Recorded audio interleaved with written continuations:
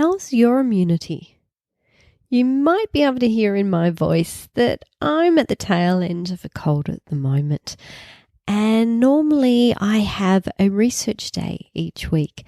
And in this research day, I research things for patients, for the podcast, for the clinic in general. And I didn't have this last week because I really wasn't feeling up for it.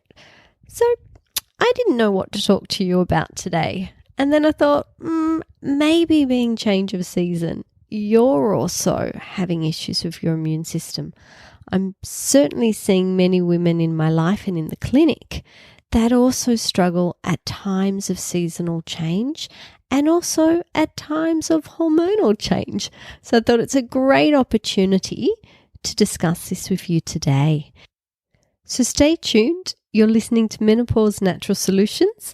This is episode 157, How to Optimise Immune Function.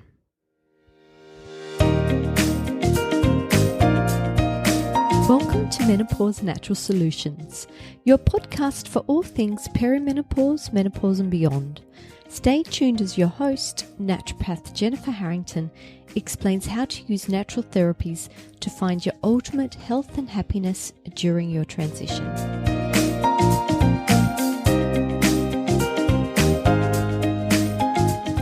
Hi, it's Jen here, and thank you for your company. And thank you also to all the wonderful women who took the time to leave me a rating and a 5-star review. It means the world to me that you would take the time to do that. So thank you from the bottom of my heart. And it's not too late to do it if you haven't had the opportunity to yet. Immune health. So way back in episode 16, I discussed optimizing immune health in menopause. So today I've given you an edited version to listen to. I hope you enjoy. See you next week when I'm feeling 100% again. I'm your host, Jennifer Harrington, and you can probably hear in my voice today that I'm not as healthy as I normally am. And some of you will know I've recently been on holidays. I went on a lovely cruise, but unfortunately on the last night of the cruise, or the last morning of the cruise, really, I woke up to a sinus infection. So I apologize for the change in my voice. I am human like everyone else. I do get sick, although I can't remember the last time I was sick. It's probably my turn. But what I wanted to talk to you about today was that unfortunately in perimenopause and menopause, as your hormone levels drop, you're actually more prone to catching infections. So you're more prone to viral infections and also viral reactivation of previous infections. So things like shingles, bacteria and other microbial infections. You're more prone to increased inflammation, autoimmune conditions. And if you've ever doubted the link between your hormones and your immune system, think of those poor women that get cyclic thrush infections, maybe cyclic herpes outbreaks, or are generally more prone to infections at either ovulation or menstruation, 2 times of major hormonal change. But luckily, there are many things you can do to protect your immune system and to give it a helping hand no matter what stage of life you're in. So what I'm going to go through is just some general factors which you can use on yourself or you can use on your family or friends. And we're going to start with looking at lifestyle factors to help improve your immunity. And these include stressing less, sleeping well, eating well, digesting well, and it's actually really, really important to have good regular bowel movements. I don't think many people are aware, but the vast majority of your immune system is actually located within the digestive system. So if your digestive system isn't working well, ladies, your immune system doesn't have a chance. So it is really, really important to have good regular bowel movements. And breathing well and getting plenty of fresh air. And I actually think this is where I fell down. After over a week of being in the air conditioning, I think that's what got me. My preference is not to sleep in the air conditioning, is to actually be in the fresh air. And that's definitely what I've been doing since I've been home. But also getting plenty of sunshine exposure, getting out there and getting some vitamin D. And while you are unwell, you really want to avoid poor lifestyle choices such as smoking and drinking. Actually, you shouldn't do them at any time, but more so when you're sick, you really want to avoid them. Improving hygiene habits, like things like washing your hands and how you're coughing, because if you are sick, you don't want to spread it around to everyone else. So covering your mouth. And I know these are basic things, but it just blows my mind, the amount of people that don't do it. So cover your mouth when you cough, wash your hands, all really basic but essential items for good immunity. And with exercise, it's about getting the right amount of exercise. So under-exercise and over-exercise are both linked in with reduced immunity. We want to make sure your body isn't compromised by toxic substances such as metals or chemicals. I don't know if I've mentioned this on the podcast before, but I use HTMA or hair tissue mineral analysis to have a look for toxic metals. And I use the GPL tox urine test to have a look for chemicals. Unfortunately, we live in a very toxic world these days, and if your body is contaminated, it's not going to be as fit, as healthy, as strong to be able to fight different immune attacks. Another thing to be mindful of is cell-damaging radiation and electromagnetic fields. Unfortunately, I had to fly home, so double whammy on top of everything else, and that there's quite a lot of radiation in flights, especially in daytime flights, which is what my one was. To build a strong immune system, we need to foster positive and happy thoughts. I'm sure you've all heard the old saying that laughter is the best medicine, and I 100% agree.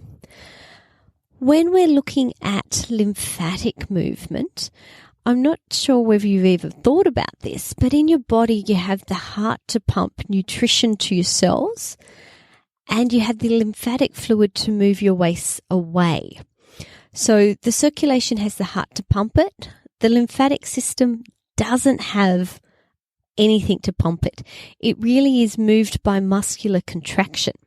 So we want to have a look at possibly dry skin brushing, massaging, stretching, movements. These all help to get the lymphatic system moving. So when you are unwell, like me at the moment, I love to go outside, get some fresh air, and go for a short stroll in the sunshine, just to try and help get my body back on track. I must admit, I do also like the idea of laying down on the lounge and resting, but it's that balancing act between getting in adequate rest, but also getting out there and moving, giving your body a chance to recover. If I need a helping hand, I really, really love both chiropractic treatments and acupuncture. These are both really good tools and techniques that can help stimulate your immune system. They can help you get well, but they can also help you stay well. And I can't move on without talking about body weight, because when we are overweight, obesity increases inflammation, and inflammation reduces immune function. Just something to be mindful of, ladies. Let's quickly move on to dietary considerations. Now, we want to have plenty of antioxidants. Think fresh fruits, fresh vegetables.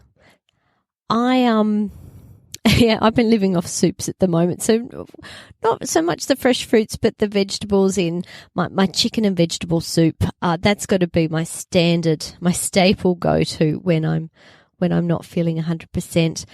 Any sort of bone broth is also really, really good. We want to make sure that we're staying as hydrated as possible, so plenty of water in there, and water also in the form of herbal teas. Like chamomile is really nice for the throat. You may even want to put a little bit of honey or lemon in there with the chamomile as well. With food, this one surprises a lot of people. I'm always telling my patients, you really need to make sure you're eating adequate protein. And they look at me like I've got two heads. But protein really is an essential building block for new immune cells. Hence why chicken soup is so good for the immune system.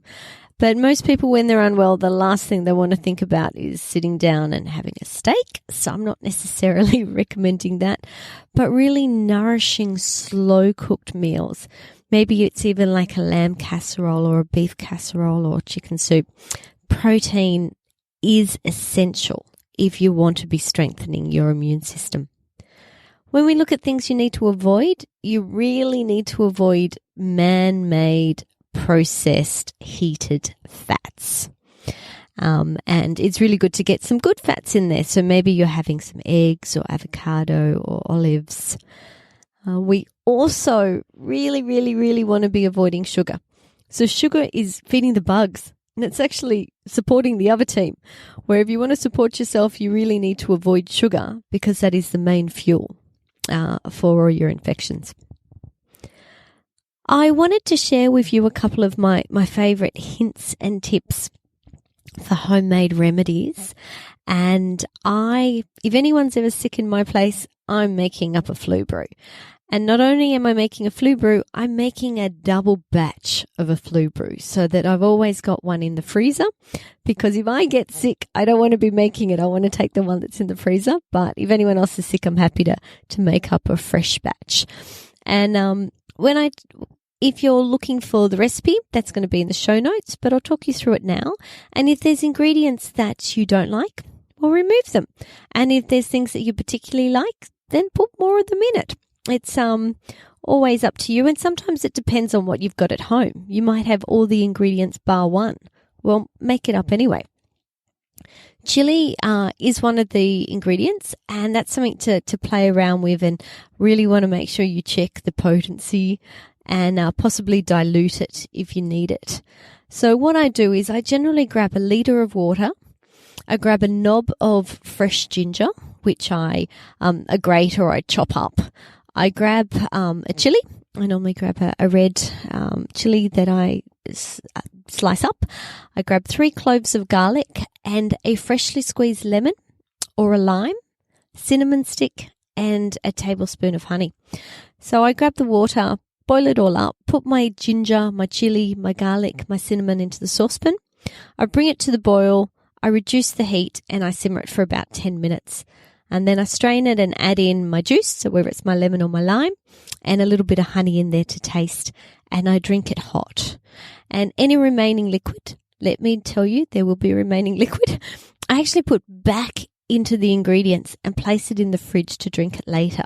And warning that the longer you leave the ingredients in there with the liquid, the more potent it gets. So then I highly recommend diluting the remaining batch that you've got with water. Otherwise, it might be a little bit too strong. And this is a fantastic drink for a sore throat. It's really good for blocked up sinuses and just general colds and flus in general. My next tip is to do with salt water. So an H&A Ayurvedic technique is actually to do a neti pod or sinus rinse. So when you're pouring salt water in one nostril, out the other nostril, and cleansing the sinus in that way. What I tend to do more of, though, is the saltwater gargle. So don't forget about these old recipes that have been handed down from generation to generation.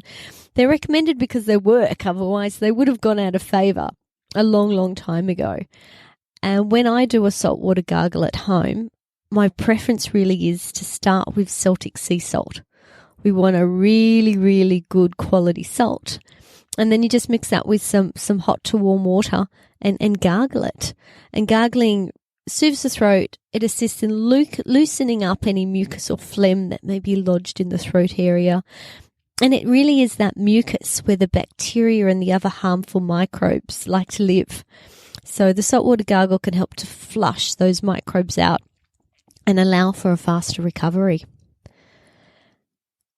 If I'm looking at supplements, You can't go past a good probiotic. Probiotics help to protect your immune system, and they are antimicrobial and anti-inflammatory.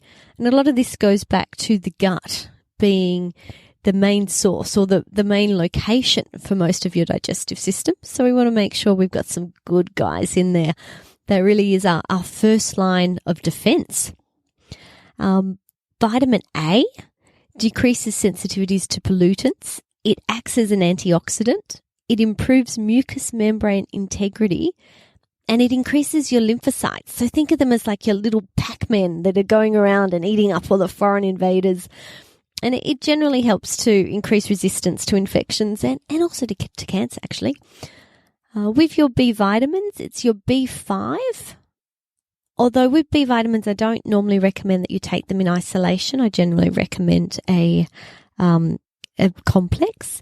And B5 reduces your body's response to stress. It improves energy levels, and it helps to stimulate your immune's antibody production. Vitamin C. I think vitamin C is going to be the most common vitamin that everybody knows about for the immune system. And how this works is it increases the production of natural antibodies, especially your lymphocytes. And remember, lymphocytes are those little Pac-Men. And it also acts as a natural antihistamine. It is also antibacterial, antiviral, and an antioxidant. Vitamin D.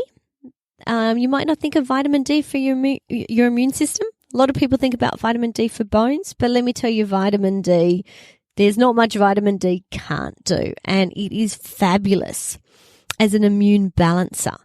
It helps to prevent infections, but it also helps to reduce autoimmunity. So vitamin D is part of the Treg cells, so they regulate your T cells, which are part of your immune system. Vitamin E is one of the good old strong antioxidants, but it's more as an immune strengthener for prevention and protection rather than actually for when you're sick. Selenium is also in that situation where it's good as prevention. It's a really strong antioxidant, and it's needed to make antibodies. Zinc's probably the second most known nutrient for the immune system. It's a really strong antioxidant. It helps to prevent or protect against cancer.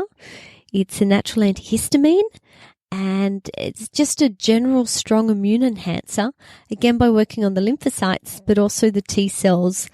And zinc is specifically antiviral. Magnesium. You guys know I love magnesium. And not many people would link it with immune system, with your immune function. But magnesium is essential for the proper functioning of your thymus gland and for the formation of prostaglandins and in controlling your histamine levels. So think allergies. Calcium is needed by the T cells to battle the invading pathogens, and it's also needed to enable white blood cells to destroy and digest viruses. Manganese is needed to produce your interferon. Lysine is specific for viral replication, and it prevents viral outbreaks, but it also speeds up recovery afterwards. So that's a good one for anyone that gets recurrent viral issues, shingles, herpes, cold sores, those kind of things. When we look at herbs, I bet you know what I'm thinking. Echinacea. It's got to be the most famous immune herb throughout the world. And it's just fantastic. It's great for improving your immunity in acute cases, but also for preventing infections. It's specific for fighting viral and bacterial infections, reducing inflammation, stimulating lymphatic movement, and general healing. But what most people don't know is it's also an adaptogen, which means it helps to reduce your stress response. And it's certainly in my current herb mix. At the moment, I've got echinacea in there. I've got elderflower, which is specific for viruses. I've got eyebright, which is one of my favorite sinus herbs. I've got calendula, or you could also use potroot, which is really good for glands, for reducing swelling and also acting as a bit of a lymphatic.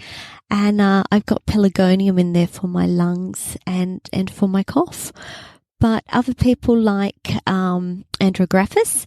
I particularly don't like the taste of andrographis. Not that liquid herbs are particularly nice, but if I'm going andrographis, I'll get it in a tablet rather than a liquid. Another quite famous immune herb is astragalus. But astragalus I tend to think of for more chronic problems than acute problems. But there are so many different immune herbs. Elecampane's another one, but my go-tos tend to be the E's, actually, the echinacea, the elderflower, the eyebrights. Yes, so I'm almost better. I can hear the difference in my voice. I'm almost there. So hopefully tomorrow morning I'll wake up and be 100% again. You can't keep me down for long, but that's pretty much it for me today. I just wanted to jump on so that I can say that I'm sticking to my word and I'm doing a podcast every week. But just a short and sweet one. I'm off to bed. I'm off to recover. I hope you are all well, and I look forward to chatting to you next week. Bye.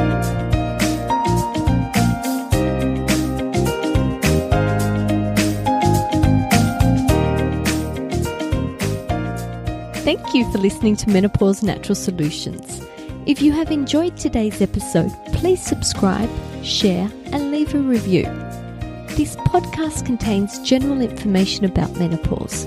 It is provided as a guide and is not intended to replace medical advice.